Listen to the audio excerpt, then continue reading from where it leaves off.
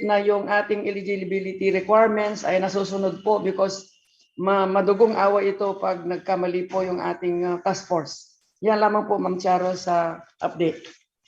Okay. Thank you, Opa. And do we have questions first relative to the Seedlings of Hope plant nursery production? Meron po bang tanong? Wala? Sige. So let's move on. Baka may gustong i-add si Penreo, my partner, si Robert Cada. Because we have a meeting every Monday, and I'd like also to invite the members of the task force dito sa Cagayan Farm School under the Mango Tree. May meeting po kami every Monday to really monitor and nakatuto po kami sa search, ma'am. Any comments, inputs, questions? O Robert? Andyan ba si Robert? Secretariat, si Robert. Wala. Ma'am. Oh, okay. Any additional input before OPA proceeds to cacao beans production? Yes, I suggest and we rather encourage municipalities to have large areas kasi definitely this will become a permanent nursery, and then kailangan sa tabi niyan magkaroon sila ng production area where they could produce later cutlings and then wildlings, ma'am. Okay. Sige. Any more input? Okay, sige. So, Pearl, with the next presentation. Yes, ma'am. The cacao. This is a program of the Department of Trade and Industry, the cacao beans production processing. It will be established in the Cagayan Farm School, but I'd like also to inform each and everyone that this was already presented with the DTI, and it was already a proposed proposal, but it was already approved. And yesterday, they undergone the pre-bidding of the facilities that we are required from the 1.1 million that they have to provide us. So as a background, in the province of Cagayan, we have an inventory of 78,281 cacao trees, fruit bearing. And we have an aggregate area of 145 hectares, and we have 1,247 growers in the province of Cagayan. Why we chose cacao as one of the commodity to subject it for the processing? Because of its all year round production, kasi we chose from mango and in between mango, cacao, and peanut. But mango and peanut is a seasonal crop and a seasonal product. Although we have the technology to induce our mango to produce fruits, but as a one of the exportable goods, later on we dwell on cacao because pwede lang itanim ito sa backyard, and it is manageable, and all types of soil suitable siya. So yon ang pinili namin because the DTI wants us to choose the hindi tumitigil yung activity ng ating processing. That's why naging cacao. And another is when sometime in 2006 and 2007, we attended a congress and a convention.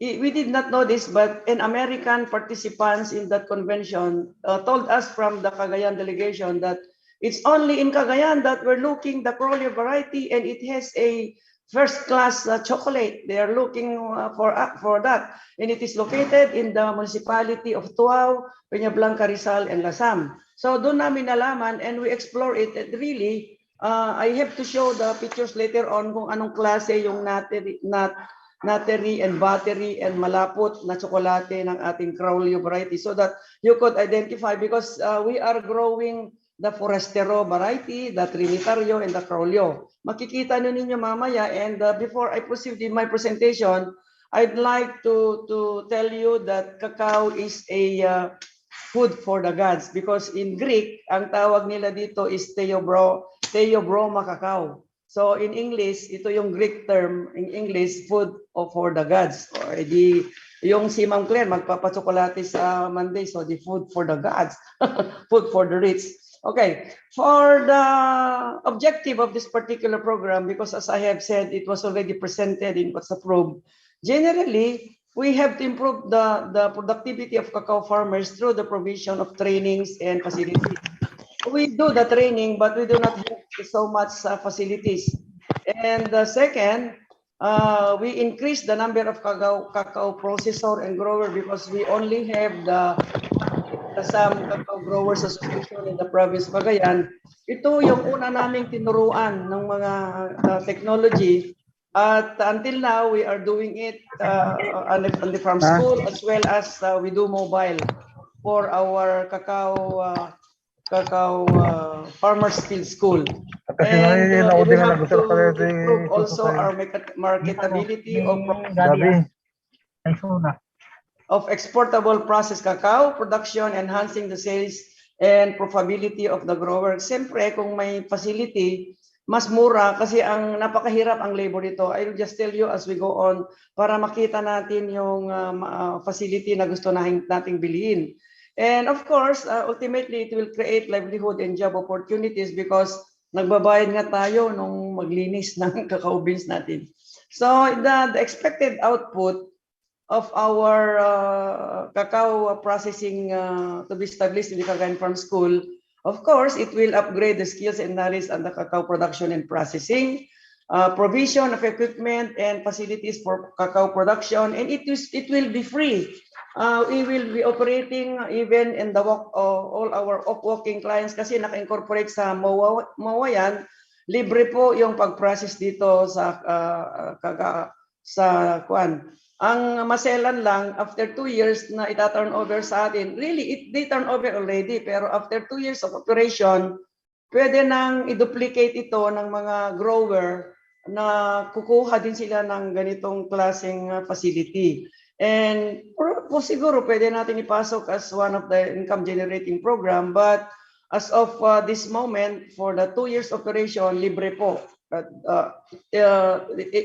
Depende na po sa administrasyon kung magpapabayad tayo, but for now, we are catering to our marginalized cacao grower para ma-enhance because these cacao beans registered in the exportable product in preparation for the reopening of a report because the China is requiring at least 30% increase in the cacao requirement sa kanila.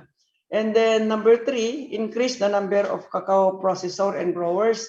Actually, we have only the commercial processor in Cagayan, in Lasam, Tuao, Tuguegarao. Sabihin ko po mamaya kung ano yung klase ng product. And also enhancement of sales and profitability of farmers, of course. And definitely, yung sinabi kong creation of job opportunities. As we go along, gusto ko lamang i-mention because we have commercial growers in the province already as per our inventory. Ito po yung mga sikat na grower natin from Lasam. Si Mr. Noli Garcia, 3,500 trees ang fruit bearing niya. Si Terry Maneja, they are engineers but they dwell in cacao production. 4,000 trees. Nestor Sangir, 2,600 trees. Rodrigo Acedo, 800 trees. Ito po yung sa bayan ng Lasam, yung active cacao growers na na-organize na and it is already a registered association. For Claveria, we have Wilfredo Aguda, 1,200 trees. Alakapan, Percy Condoy, 1,600 trees. Gataran, Felix Consigna, 1,000 trees. Roland Daculgen, 1,000 trees. And for Turao, Attorney Charo Mamba Villaflor, 1,500 trees. Dr. Serge Mamba, 500 trees. And Richard Villanueva, 1,200 trees. Sila po yung ating mga potential commercial grower later on. And yung iba, commercial nagbebenta na really. At next slide. For the target beneficiary, these are the small and medium entrepreneurs. What is really is the SSF or the Shared Service Facility. It is a major component of the DTI's program on the small and medium enterprise that aims to improve the competitiveness of our small and medium enterprise by providing them the machinery, equipment, tools managed by a cooperator and the beneficiary. And who are the cooperator? These are the LGUs, the associations, cooperatives, of course, the non-government, pwede din yung state universities, technical, vocational schools to be a cooperator, and our organizations, yung ating mga growers na sinasabi. And sino naman ang mga beneficiaries dito? Ito yung ating mga potential, kagaya nila Ma'am Charo, sila yung mga potential commercial grower ng ating mga kakao. So, all in all, we have 1,247 farmer, individual farmer and association. And pag umarangkada ito, we will be creating 45 direct jobs. Next slide, Ampi. For the breakdown of the 1.1 million, we will be buying the fermented bags. Ipakikita po namin sa inyo yung picture mamaya. This is now the DTI providing us the equivalent to 1.1 million. Kami po ang pumili ng mga facilities na yan that is being certified by the Department of DOST Science and Technology. So next, makikita natin yung tsura. Okay, ito yung sample product na ginagawa na ngayon. But if we have the facility installed in the province, we will be producing a first-class cacao vinegar, cacao candies, cacao tableya, cacao wine pala. So ito na yung product ng Lasam, sila Teres and sila Noli Garcia. But we really wanted to enhance this later on. So ang mga processor na sinabi natin, we have the Tuao, si Melvin Agatep. Hindi grower pero they are processor. Sa Tuguegarao City, we have the Kapatan RIC. They are producing the cacao balls, and the Caritan Terra or cacao balls din ang produce. Kataran, Tableya, Arthur Cruz, Peña Blanca, Edita Manuel. They are not growers but they are processor. Ito yun naman yung mga processor and grower. Sila Noli Garcia ng Lasam, Terry Maneja, and Wilfredo Dangunan. These are, as I have said, are engineers, but mas may nakita silang pera sa cacao, as a cacao farmer. Next. Ito po yung itsura ng fermenting box. There will be 10 sets of boxes, and the amount is 20,000 with a capacity of 50 kilogram per batch. Next. Ito yung mechanical dryer na napakahalaga sa production ng quality cacao beans. It has a capacity of 100 to 120 kilograms and drying time is 3 hours, and we will be buying 2 units of this. Nabid na, DTI po ang nagbid, i-award na lang sa atin. Pre-nebid kahapon, and after 2 days they will do the bidding. It costs 220,000 per unit, 110 and 220, that's equivalent to 440,000. Next. This is a solar bubbler dryer that has a capacity of 500 kilograms of grains of cacao, measuring into, andyan na po, and we will be buying 5 like this.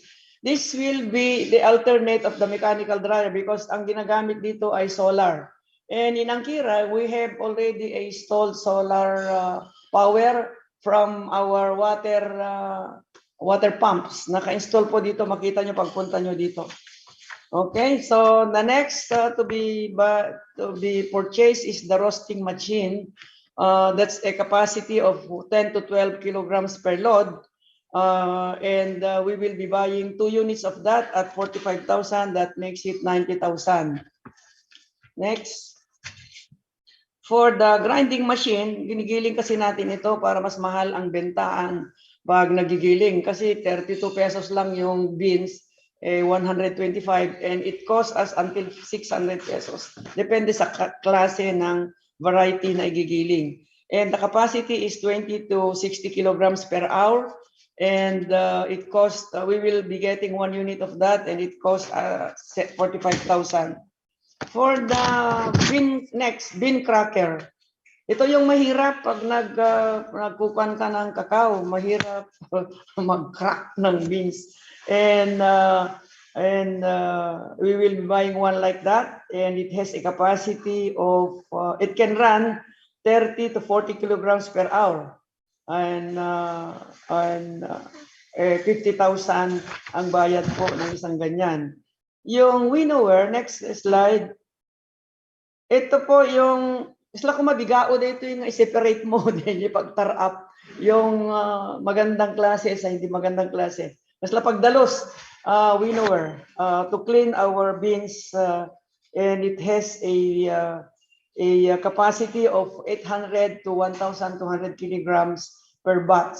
So, 2 unit po ang kukunin natin yan. 30,000 ang isa, and it will cost us 60,000 from the 1.1 million ng DTI. And then, the next slide, melanger. Ito yung mixer. Parang mixer ito. Mini-mix yung mga product na to be the chocolate already. And it has a capacity of 4.5 kilogram. Depende po sa gusto natin igiling dyan. Mix dyan sa Akusana. And we will be having 2 units of that at 35,000, that's 70,000. And another is the Tableya molder, chocolate molder. So ito po yung 1-inch square, and it has a set. It can mold 40 forms at 50 sets po ang kukunin natin ganyan. 75,000 po yung. And then next, yan po yung bibilhin natin na mga kakao from the 1.1 million na ibibigay ng DTI. So for the possible supplier of our cacao beans ay yung registered sa SEC and DOLE, yung Cacao Growers Association ng Lasam. And we will be organizing, of course, kagaya ng mga kasalukuyang nag-aaral sa Alabyao ngayon, they will be organized and we will register them. So they will form part of our possible supplier ng cacao beans.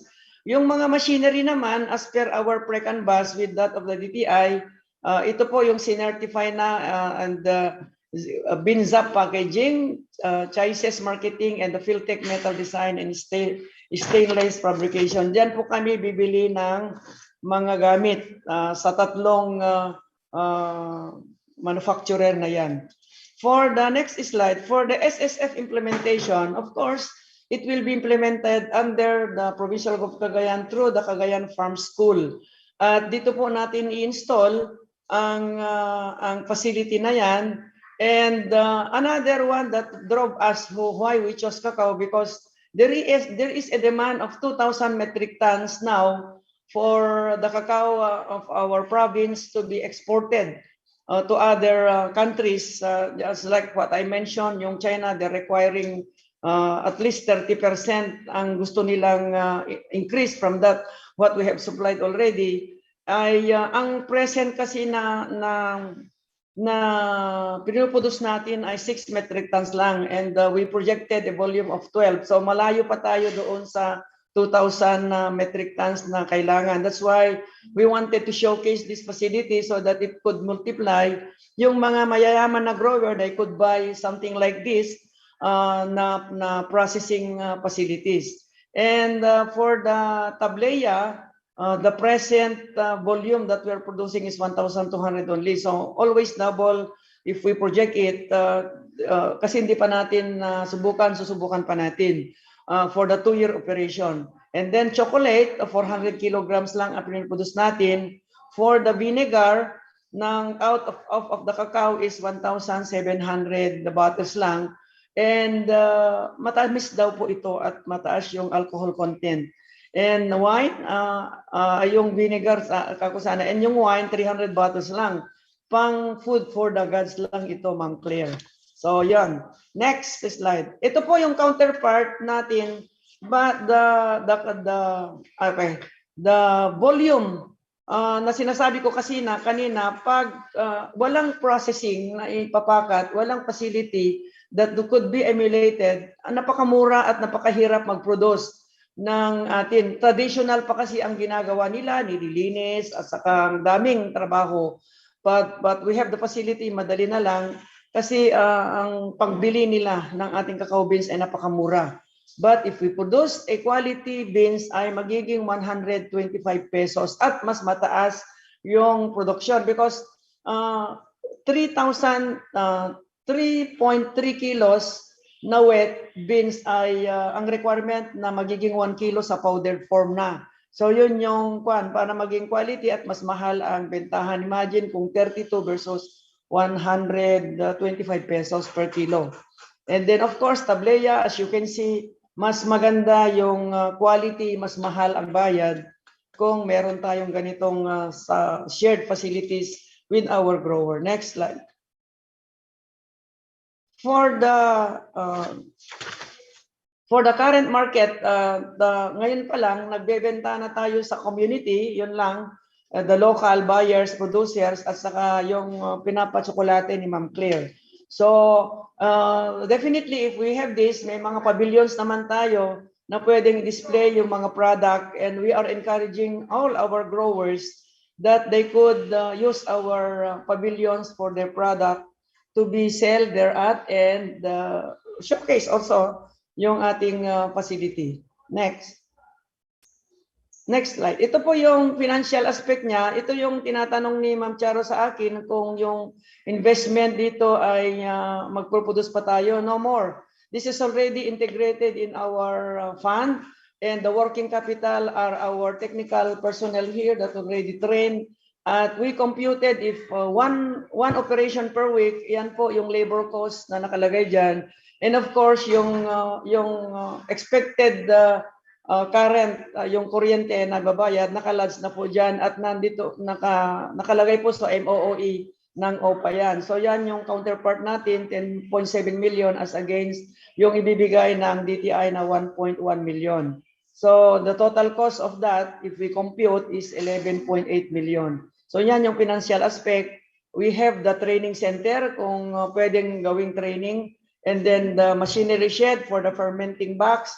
And in the meantime, next slide, we will house our facilities in the mushroom laboratory kasi mayroon naman siyang working area na kasalukuyan ang construction. It was already 70%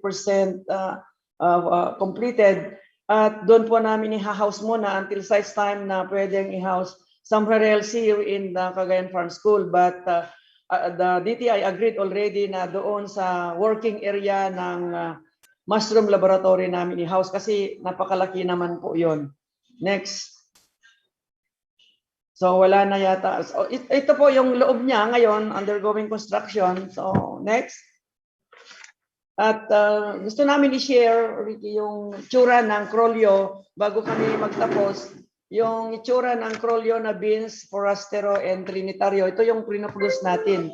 Yung sinasabi natin, makikita mo sa buto pa lamang, malapot na yung itsura at maganda talaga yung quality. I have pictures here pero we pa-share po ma'am, pa-share ng para maipakita namin yung itsura.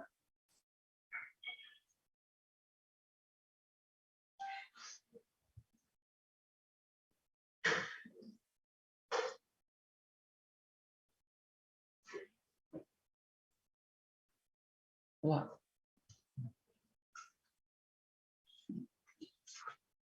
Para makita nyo yung tsura ng differences ng mga Crolio, Forastero, and the Trinitario that we're producing. Para ma-identify nyo yung